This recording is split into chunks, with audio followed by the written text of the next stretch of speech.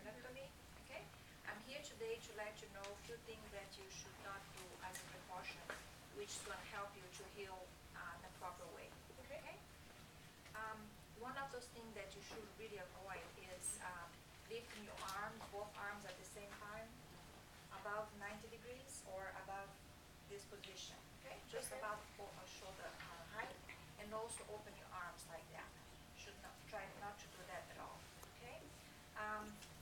Upper extremity, you should really avoid do anything that is going to add weight or make you work harder with your upper extremity. No pushing or pulling or lifting. Okay? And that is going to include even lifting your own weight from the bed or from a chair. Okay? Try to use your legs when you want to sit or lift from the bed. Okay?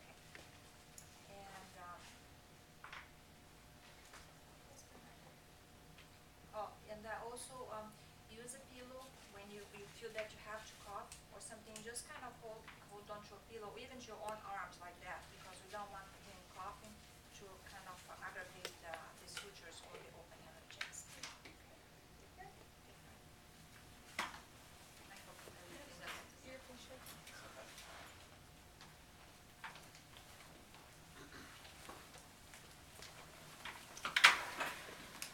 Okay, patient. Just one extra thing I wanted to add in on that. Just make sure that that whenever you're moving around, make sure you don't hold your breath. That's not going to be good for you. And make sure you also avoid lifting yourself out of bed. We're going to do what's called a log roll, and we're about to do that to get you out of bed. And we're going to do some gait training here in a minute. But first, we have to get you up and out. So.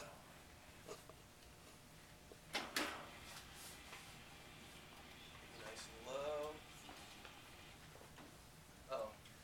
Before we get you out of bed, we are going to check your vitals.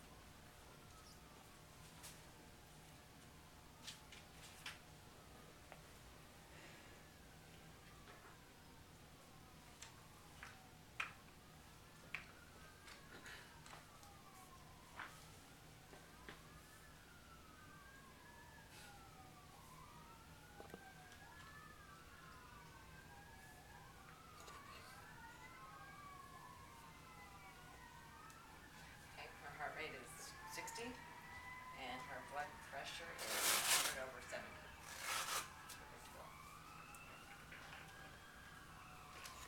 And we're going to take the vital signs before and after.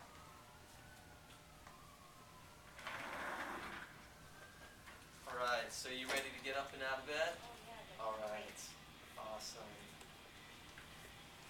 Now I just want you to make sure that you know that you're not supposed to use your arms at all. Okay. I'm going to do this, and is it okay if I take this off? Oh, yeah. Okay, awesome. All right, first thing we're going to do, just help bring this leg up. You're going to want to bend your knee. There you go. Okay, now if you can put your arm here and here, if you just roll over, just like that. Okay. Now, you're going to put your foot just like this. All right, now if you will, kind of kick your legs off the bed a little bit using this. All right, just like that. Okay, on the count of 3, we're going to sit up, okay? 1, 2, 3. Okay. Now, do you have any incisions in your abdominal area? I know you have. Not You got the bad. cabbage? Okay, all right.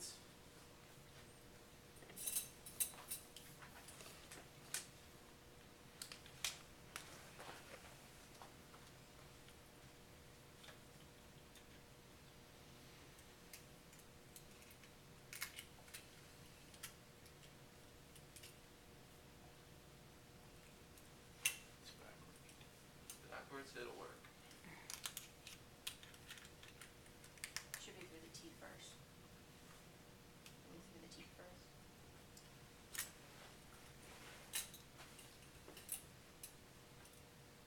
Tie goes in the inside.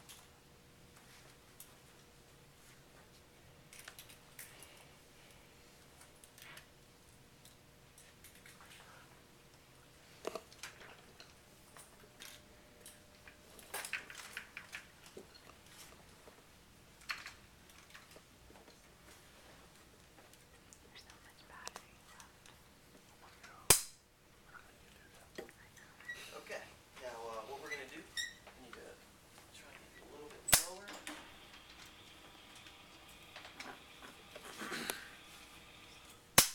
Okay, now, what I'm gonna ask you to do, just move forward, just move forward, shift your weight. Okay, now, what I want you to do, I want you to use your legs to stand straight up, okay? Okay, on the count of 3, we're gonna stand up. 1, 2, 3. Okay. Next part, Amber. Yes. Okay.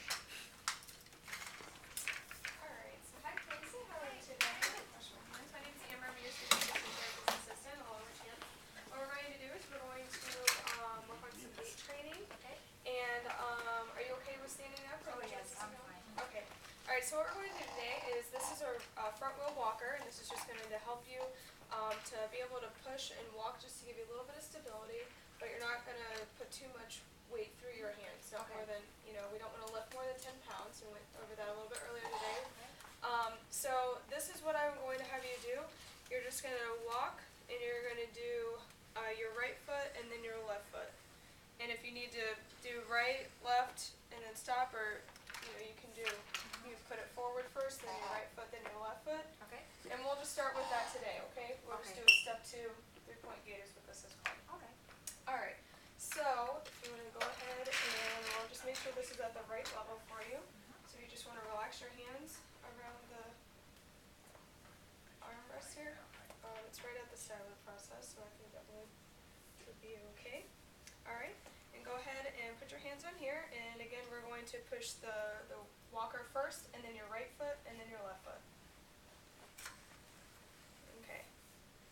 And we're going to actually slow it down a little bit, just since it's our first time with learning. Okay. So we're just going to push the walker just a little bit ahead of you with a little bit outstretched arms, okay? And then you're going to stop, and then do right foot, left foot. Okay. Okay? Alright, good. And I will be holding on.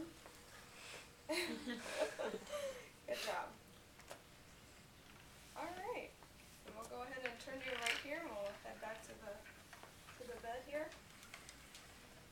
Okay.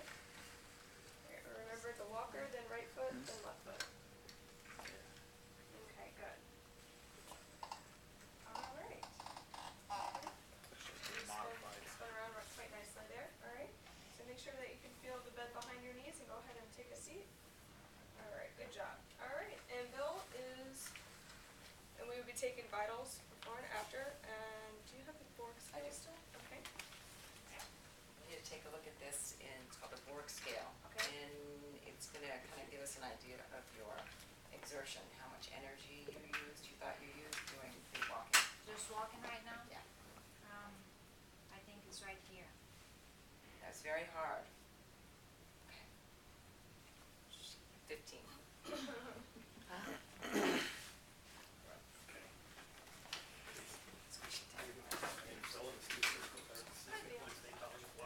And I'm going to be working with you today. Can you lie down, please? Sure. Okay.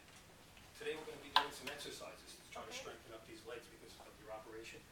Being that you have a sternotomy, you're not going to be able to open up your arms and push off and things like that. Right. Okay. So what we're going to do is we're going to do some ankle pumps, what we call. Okay. And what that is just pushing the foot down, using these muscles here. Okay. Okay. And breathing at the same time. All right. Can you do that for me? Do both. All right. Get usage out of those ankles. Feel those muscles setting. Okay. The next exercise we're going to do is you can stop doing that. Okay. We're going to lift this leg up. Just slide it on the bed. Okay. And go back down. And do that to this one 5 times, one at a time. Okay. Okay. 5 times, back and forth. That's it. Good. 3, 4,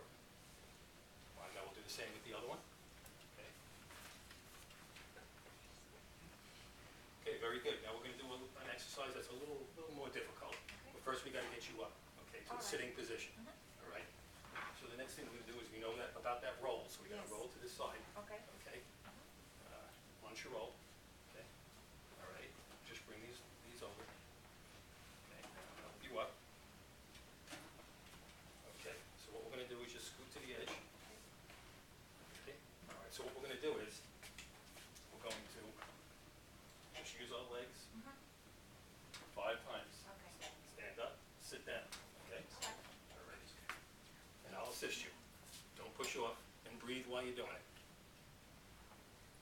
That's it. You should feel these muscles tightening up. Oh, yeah. Okay, good. It's tight. All righty. Very good. You did great. All righty. Yay.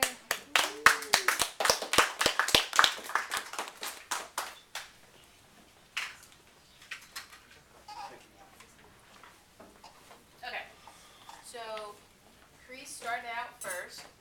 Just make sure, Carice, that you speak a little bit louder. Okay. Alright.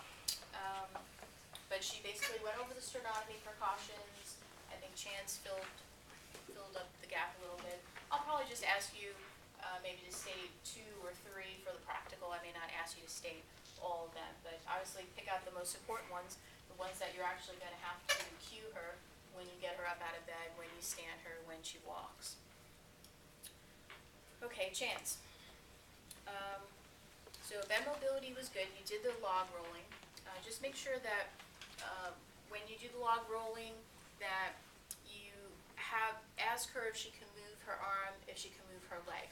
Because, have her say, okay, bend your knee, okay, and now can you bring that knee towards me, and just kind of lightly, cue her maybe with your hand. Same thing with her hand. You basically took her hand and brought it across her body. Just say, can you take your right hand and reach over for the bar? That way she's not just, a rag doll, but she's actually moving and she's doing something herself. If she has difficulty, that's when you say, okay, let me help assist you. That's when you have to move her. And especially when she came up, you really had to help her a lot because she couldn't push down. So you had to bring her up. So that was mostly you probably bringing her up. Would you have her hold a pillow?